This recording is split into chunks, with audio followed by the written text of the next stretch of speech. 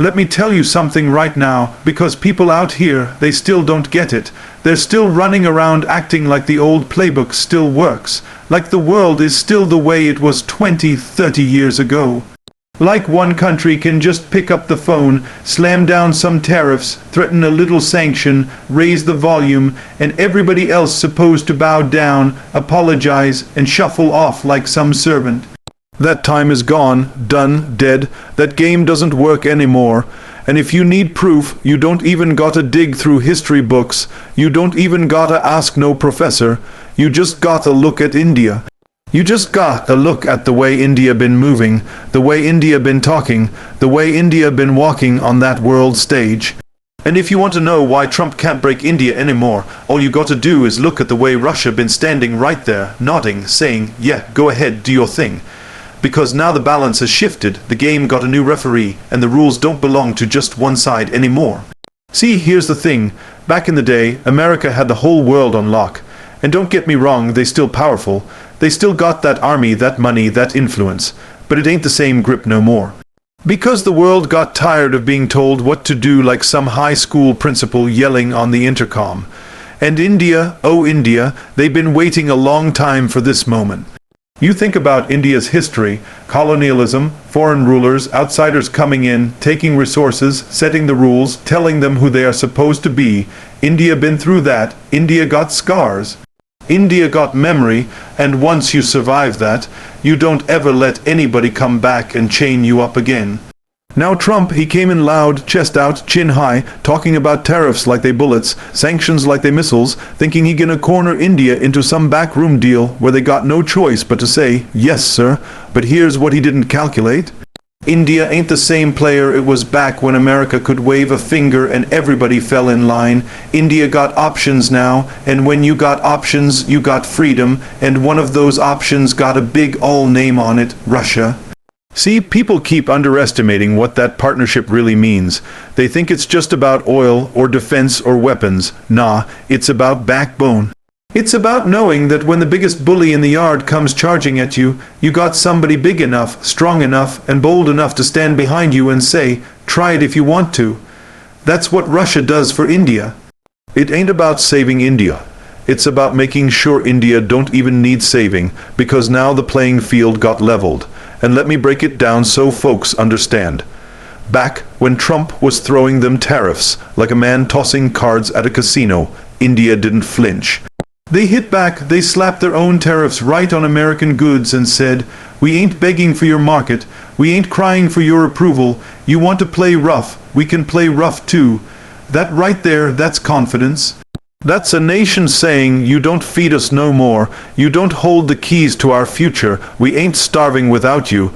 And why can they say that? Because they know they can turn east.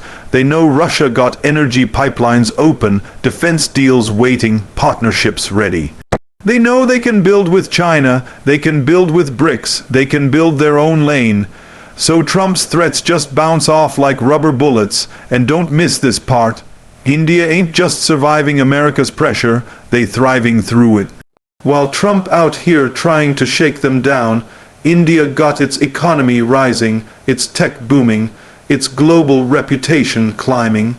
They got world leaders calling, they got corporations investing, they got people recognizing, this right here is not just some sidekick nation, this right here is one of the main characters. You can't treat them like some disposable ally no more. And Russia saw that early. Russia said, we ain't just giving you arms, we giving you respect. We treating you like an equal. That hit deep. Because for decades, India had to deal with that patronizing tone. Every deal came with strings, every contract came with lectures. But with Russia, the tone is different. It's about mutual gain, not domination. That right there is priceless. So Trump tries to break India with tariffs, with pressure, with diplomacy turned into blackmail. But what happens? Nothing. India shrugs, India retaliates, India keeps moving forward, and Trump gotta sit there realizing the old intimidation game don't hit like it used to. And let me tell you why this moment feels so electric, why it feels like the ground is shifting under all of us. Because it ain't just about America versus India. It's about the world realizing that power got new centers. It's about multipolar reality. It's about a globe where Washington can't snap its fingers and expect silence. And Russia, proving it ain't scared to link arms with India, sends a signal that can't be ignored. This ain't the old order anymore. Now, don't think for a second this means India is Russia's puppet. Oh no. India got too much pride for that. India is nobody's sidekick, nobody's colony, nobody's junior partner. What India does is balance. They play chess, not checkers. They got relations with America, with Europe, with the Middle East, with Russia, with everybody. They sit in the middle and they make moves that benefit them, not moves that chain them. That's power, that's maturity, that's strategy, and Trump, he ain't built for that kind of game. He loud, he aggressive, he transactional. He wants immediate wins, but India playing the long game, the century game, the civilization game. That's why he can't break them. Think about it like this. You ever try to argue with somebody who already got backup? Somebody who already knows their worth? It don't matter how loud you get, they just sit back, fold their arms and smile because they know they ain't trapped. That's India now. America can threaten, but India got Russia in the corner nodding, saying, play your hand, we got cards too. And I need y'all to realize this ain't just geopolitics, it's psychology. For years, nations lived under the psychology of fear. Fear of being cut off from markets, fear of sanctions, fear of military backlash. But India broke that psychology. They said, we too big, too important, too strong to be bullied. And when you lose the fear, you gain the freedom, and don't think Russia don't know exactly what role they playing in this. Because every time Russia does business with India, every time Russia shakes India's hand without asking them to bow, they are reinforcing that confidence. They are proving by action, you ain't alone. And that right there, that's the secret sauce. That's the thing Trump didn't see coming. He thought India was still in the old mindset, still dependent, still trying to please. Nah, India got options, India got leverage, India got partnerships, and let me tell you, this ain't slowing down. Because as time goes on, India's only getting stronger. Their economy is projected to keep rising. Their military modernization is only deepening. Their global alliances are only broadening, and the more they rise, the less anybody can break them. That ain't arrogance, that's fact. So when we say, why Trump can't break India anymore, Usher proves it. We talking about a shift that's bigger than just one man, one policy, one presidency. We talking about the end of an era where one voice set the rules. We talking about a new chapter where India don't bend, don't beg, and don't break. And Russia standing right there proves it. Because every partnership, every deal, every handshake is a reminder to the world that America ain't the only heavyweight in the ring.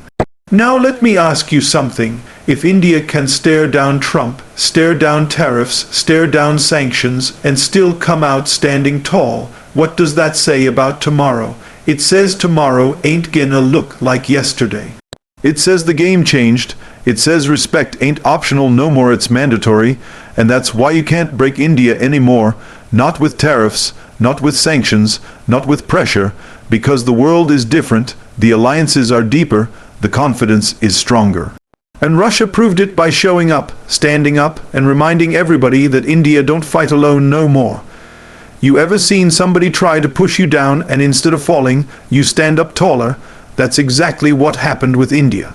America thought it could throw its weight around, thought it could press down on India with all that pressure, tariffs, threats, sanctions, warnings, diplomatic lectures, and somehow India was supposed to fold. But what America didn't realize is that pressure don't always break people, sometimes it forges them. Sometimes it takes the fire of adversity to turn stone into diamond, to turn doubt into determination, to turn a nation that was supposed to shrink into a nation that expanded. That's the real story right here. America's pressure tactics didn't halt India. They accelerated India's rise. They forced India to move faster, to grow tougher, to think smarter, to stand taller. Now you gotta picture it. Trump gets up there with his usual chest thumping, we'll put tariffs on this, we'll block that, we'll cut this, we'll sanction that. He expected panic. He expected New Delhi to start scrambling like a student who forgot the homework. But India didn't panic. India got to work. Instead of begging America for mercy, India said, "All right, let's figure out how to replace what they're threatening to take away. Let's strengthen the supply chain. Let's diversify the partnerships. Let's build our own." And the funny part, that move right there made India stronger than before. Because when you're forced to create your own solutions, you ain't weak no more. You independent, you resilient, you unshakable. Look at the energy game. America wanted to squeeze countries into buying its oil, into following its sanctions, into cutting ties with certain nations. India looked at Russia and said, "We'll take that crude, thank you very much. We'll refine it, we'll distribute it, and we'll even profit off it."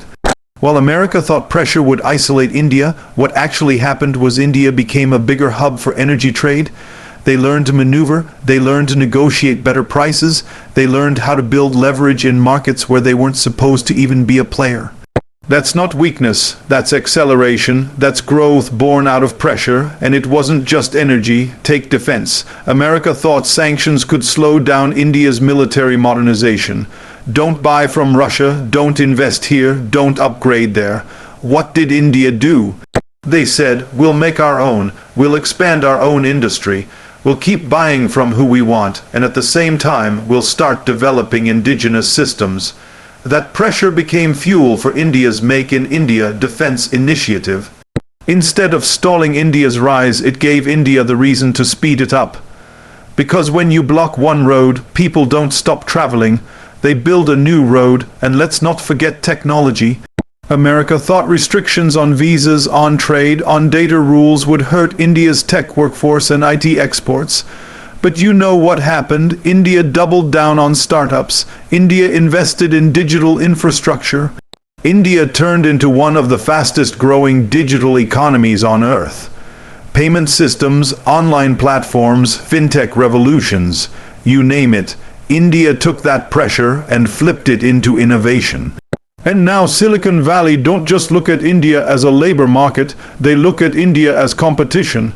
Again, pressure didn't weaken India, it lit a fire under them. See, America's biggest mistake was underestimating how much hunger India has. This is a country that's lived through colonization, through division, through poverty, through decades of outsiders setting the rules. You think a tariff is gonna scare them? You think a sanction is gonna break them?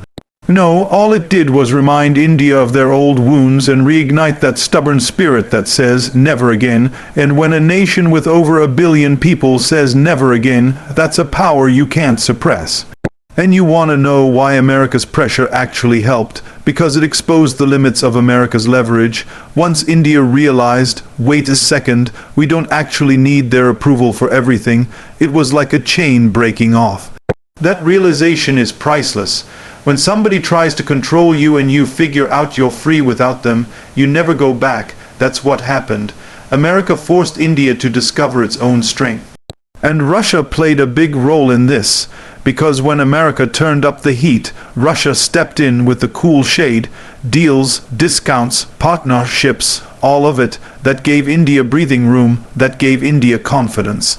And once India had that, they weren't scared of America's tactics anymore.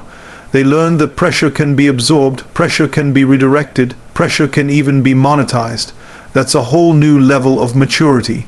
It's kinda like this. You ever been to the gym lifting weights? At first that pressure feels heavy, it hurts, you feel like you're gonna collapse. But if you keep pushing, if you keep lifting, that same pressure builds your muscle.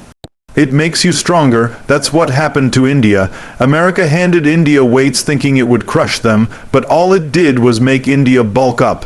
And now India walking around with muscles America didn't even expect. And let me make this crystal clear, India didn't just survive America's pressure, India used it. They turned the challenge into a tool, they turned the restrictions into reasons to innovate, they turned the threats into motivation to diversify. And now, instead of being dependent on one relationship, India has relationships everywhere. Middle East, Europe, Asia, Africa, Latin America, you name it, India got partnerships blossoming. That's acceleration. That's expansion.